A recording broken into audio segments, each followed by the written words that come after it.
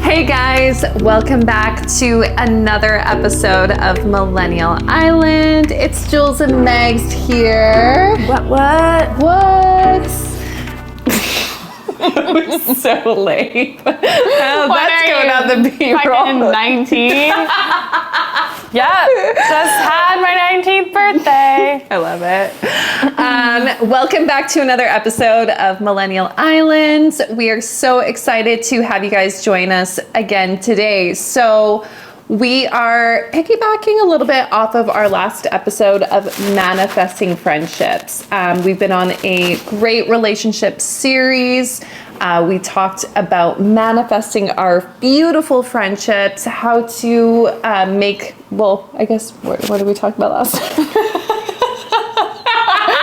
How to manifest new friendships, new people into your life, because a lot of people in their adulthood are like either friends with people who they were friends with from childhood, or now they don't have any friends because they've either moved and they need to call in more friends. Call in more friends. And thank you for reminding me what we talked about. Are you fucking high? Maybe.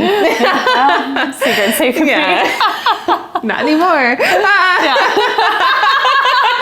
I forgot I was mic'd up. Oh my gosh. But even just, we gave you guys that homework about getting out there, whether it was your local coffee shop or your gym, recognizing those people around you who you've kind of always been interested in. Honestly, be a pursuer. Pursue. People are human. They love connection. And if you're like, hey, let's go for coffee, let's go for a walk, which is super popular in Victoria. So popular. Dallas Road Walk, you can't go wrong with. People will respond to that. Absolutely.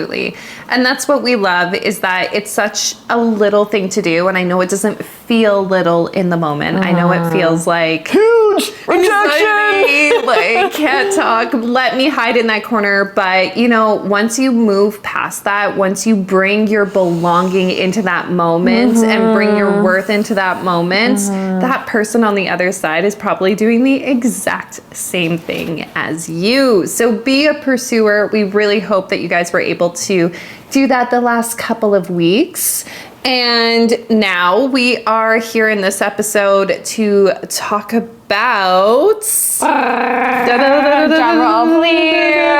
navigating friendships.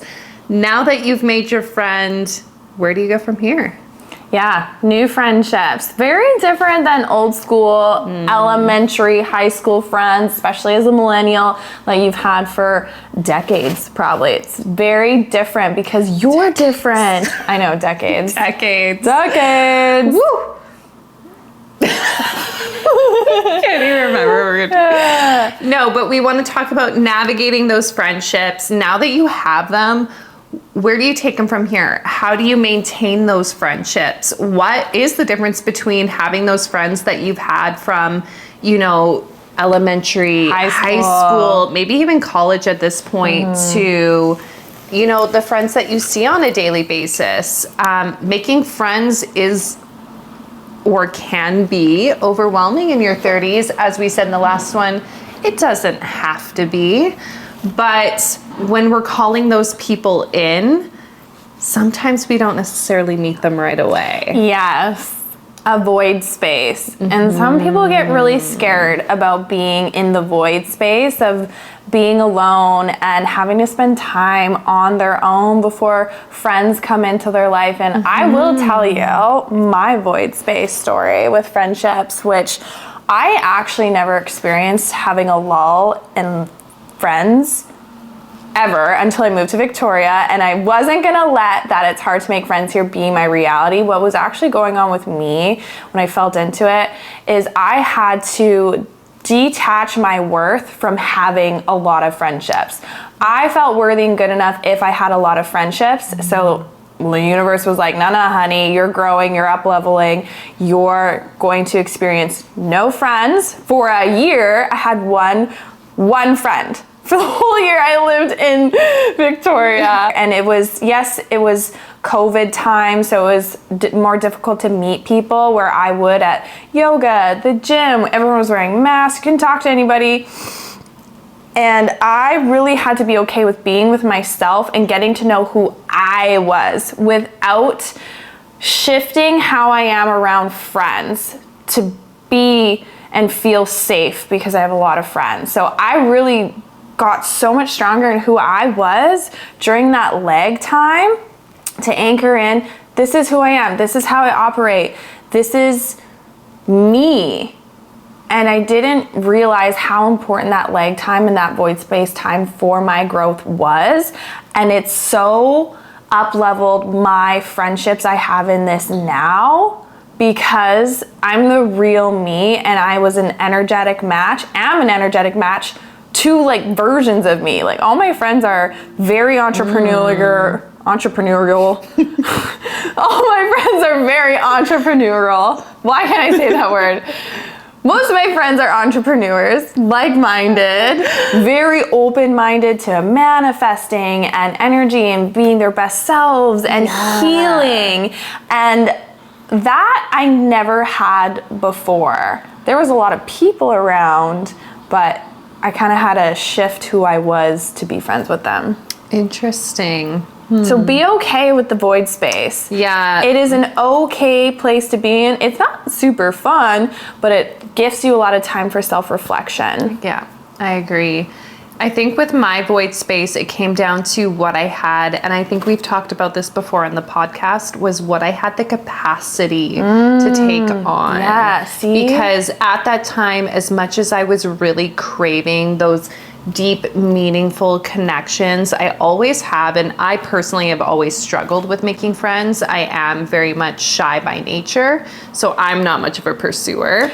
But that's why we were an energetic match. Huge energetic match. I'm a pursuer and she's not, so that's why we match really well. Yes. And actually quite a few of our friends are not pursuers, and I just brought everybody together. We actually say that about Megs in our group a lot, is that Megs was kind of like the magnet that kind of like brought us all together on all different sides. But everybody was craving it. Everyone is craving it because we're all human. We're all craving connection. And as much as I was really craving that when I was going through a really difficult time last year, I didn't have the capacity to maintain friendships. So good thing it didn't come to you in your life at that time, because you wouldn't have been able to hold us, and then we'd be like, hey, bye. I don't think I would have been able to have a conversation with Megs, honestly. If I had met her at that time, she would have been like, there's like a shell of a human being, because there literally was. I was a shell of who I was because all my energy had been absorbed by the toxic people in my life.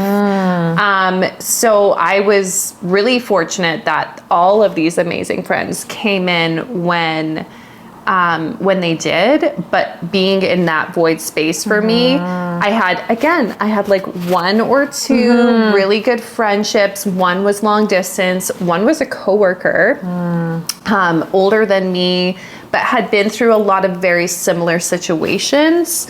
And so she was able to remind me of the core things that I needed to know, like, you need to put your happiness first. You need to take time to grow. She had these really great insights that helped me get through until I met the support system that I have today. So just like Meg said, even if you're manifesting your friendships, let's say you went up to those people in the coffee shop and you said, hey, how's it going? You put yourself out there, but that friendship doesn't just automatically bloom and blossom. Words are hard. Words are hard. That friendship doesn't automatically blossom right off the point. You're like, well, why haven't they called me? Why haven't they asked me to hang out? Give it time. Give it time. It's going to strengthen. We're going to show you how to navigate once that friendship starts taking off, but you always have to give it time. Yes, I feel like to that point as well, is that just shows different layers and dynamics of friendships and relationships. And within the friendships I've manifested and we've manifested, there's certain ones that took off quicker, certain ones that took a little bit more time and more energy, certain ones where I had to pursue even more, and that was okay. And we'll get into like terms and boundaries of being in friendships, because if you're always overextending, you're going to be overexhausted. And it's like, we do not need to get into anxious attachment style in our friendships here. But again, with having that void space, I got really clear with my bandwidth, my capacity, where I was going to make myself available for friendships. But even though each friendship had different dynamics, the feeling and connection when you make friends in your adult life, it does actually go much quicker and deeper than old school friendships may have, that have been built up over years and really rooted with all that time. The closeness that you can experience with new friendships, because you're more aligned to who you are, you're more integrated in like, this is me, and you're that energetic match to the friendship, they do really blossom quite fast when both are in that space. And I think they blossom quicker because, like you said, as you get older, you know who you are.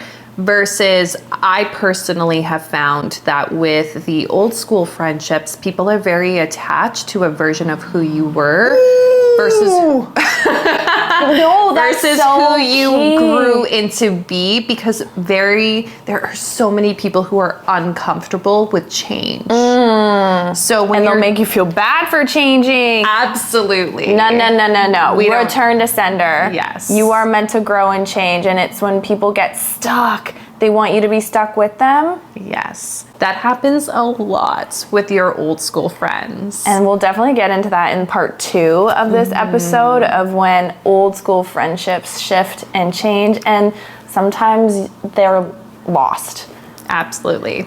But for now, we are going to continue into our more seasons of friendships. And I think that is such a beautiful term, because when we're in a friendship, we're beginning a friendship, it's kind of like spring. It's like spring. All the flowers are blossoming.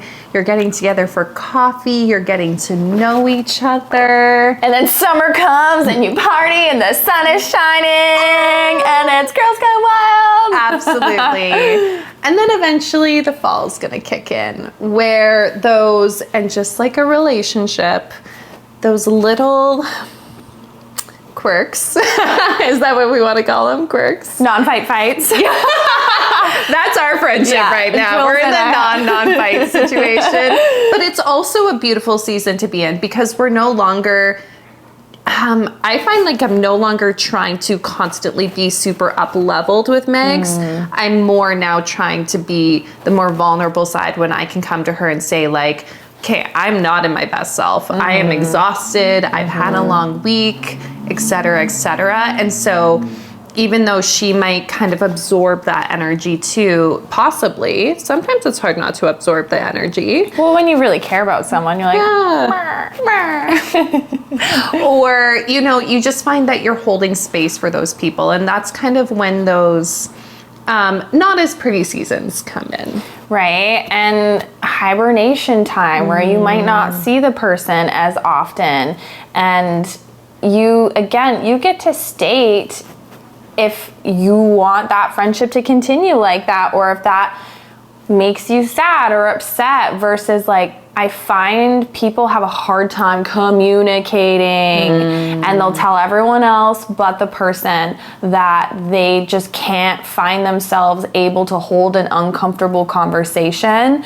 But let me tell you, if you see this person to be in your life long term, then uncomfortable conversations can be held by them. And if they can't hold that uncomfortable conversation with you, then you might want to reevaluate this new friendship, because you only have so much capacity and bandwidth to hold friendships into your life, and you really want to have one that's not in aligning with what you desire as a friendship. Absolutely. And figuring that part out before the friendship kind of gets to a certain point, Or you I would fester. say. Yeah. Like, if you're letting things fester, sheesh kebab. Like, is it... Sheesh kebab. It's like cute. Take responsibility, though, you know what I mean? Yeah. I agree. And I don't want to sit here and say that we're going to limit ourselves to, this isn't like the 4 seasons. I'm just using that as a metaphor. Your And it's a friendship's going to great have, metaphor. it's a great one, Yeah. but you're going to have so many more seasons. You're going to have the seasons of meeting your friends and recognizing how close they meet. You're going to have the seasons of your friends actually getting into relationships and then that impacting your relationship. There are so many different levels that you're going to need to create space for, to hold space for, create bandwidth for, if this is a person that you want in your life for a very long time. Well said. So maintaining older friendships versus the newer friendships are going to be different, and they're going to look different, feel different. And this is too where you have to understand on the other end of a friendship, that person is going through their own experience, their own life. I have so many friends that are married with kids from my hometown, and they're super busy with raising a baby. So if I'm gonna be upset that they don't answer or text me back in a timely manner, I am not allowing and giving space for them going through their own experience. And you need to remember that with old school friendships, that if you're in different points in your life, because my newer friendships, we're in the exact same place. But basically, pretty much. Where most of us, yes, we're in committed relationships, but there's no babies yet. There's none of that. So it is, I'm going to say, quote unquote, easier to remain connected on a regular basis, but they're also more in my current reality. Whereas old school friendships from college, university, I never went to college, university, high school, were separated by distance. So it is more, I can call them once a month, respond to a text in a group message once a week, and that's enough. Where that would, if Jules tried to do that to me, I'd be like, girlfriend, that doesn't work for me. It is a different maintenance. Absolutely.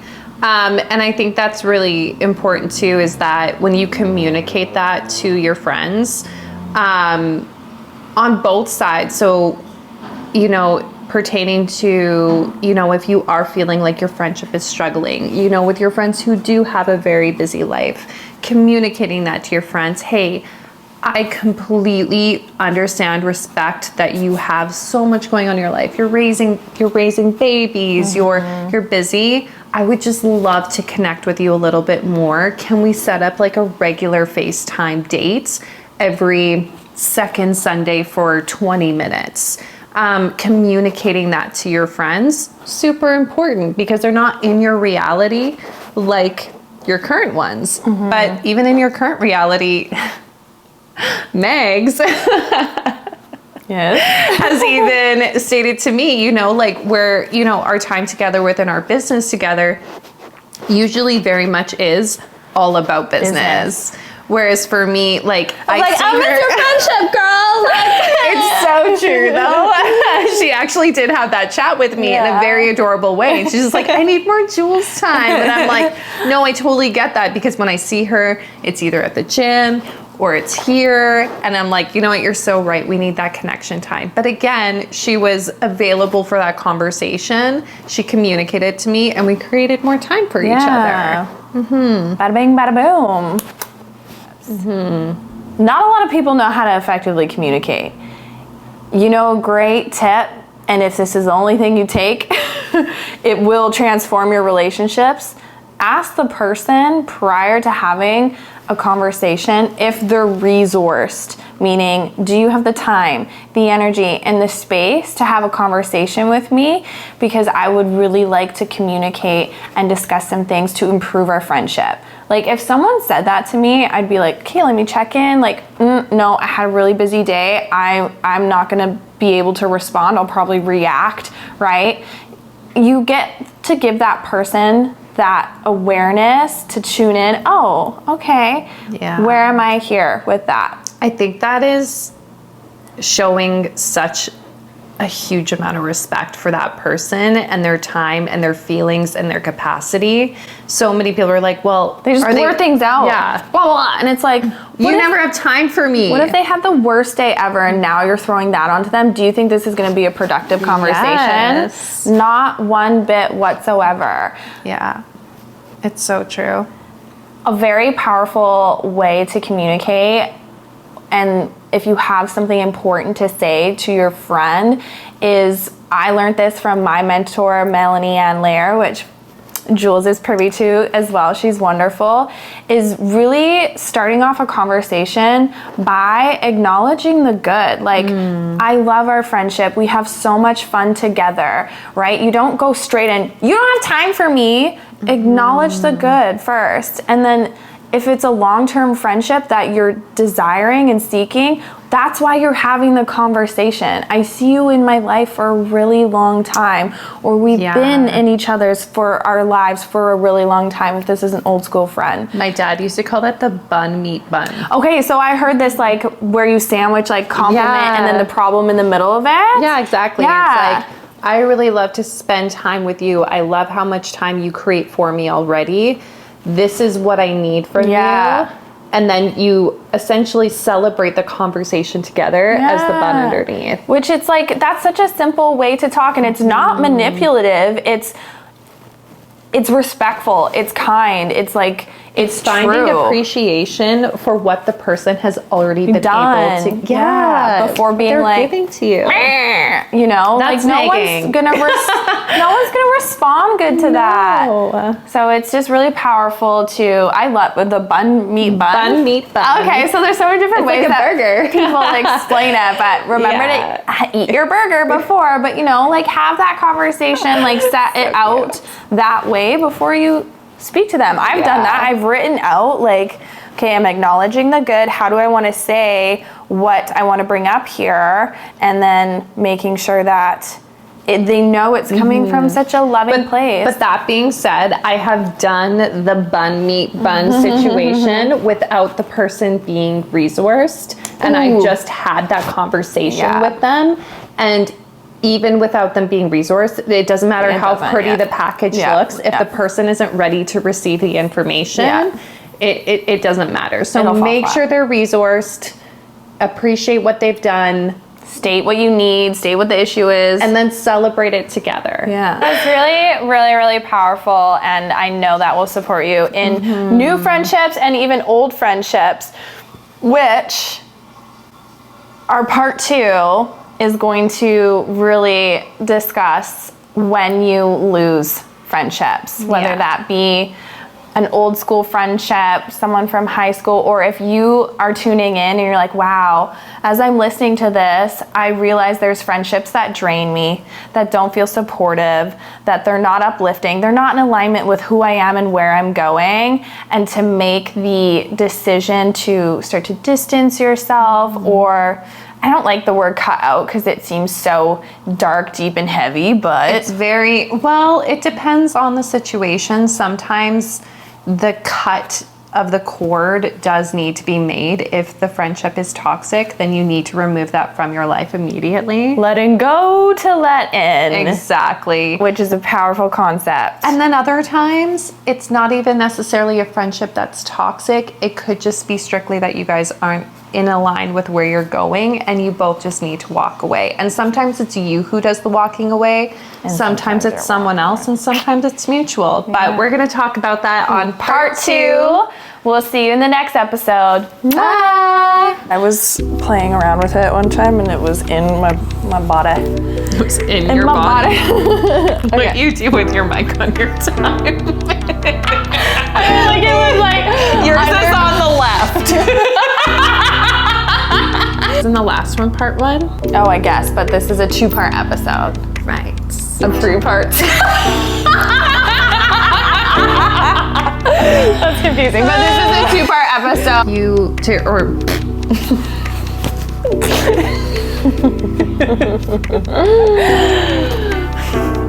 If this is a person, I can hardly keep a straight face now.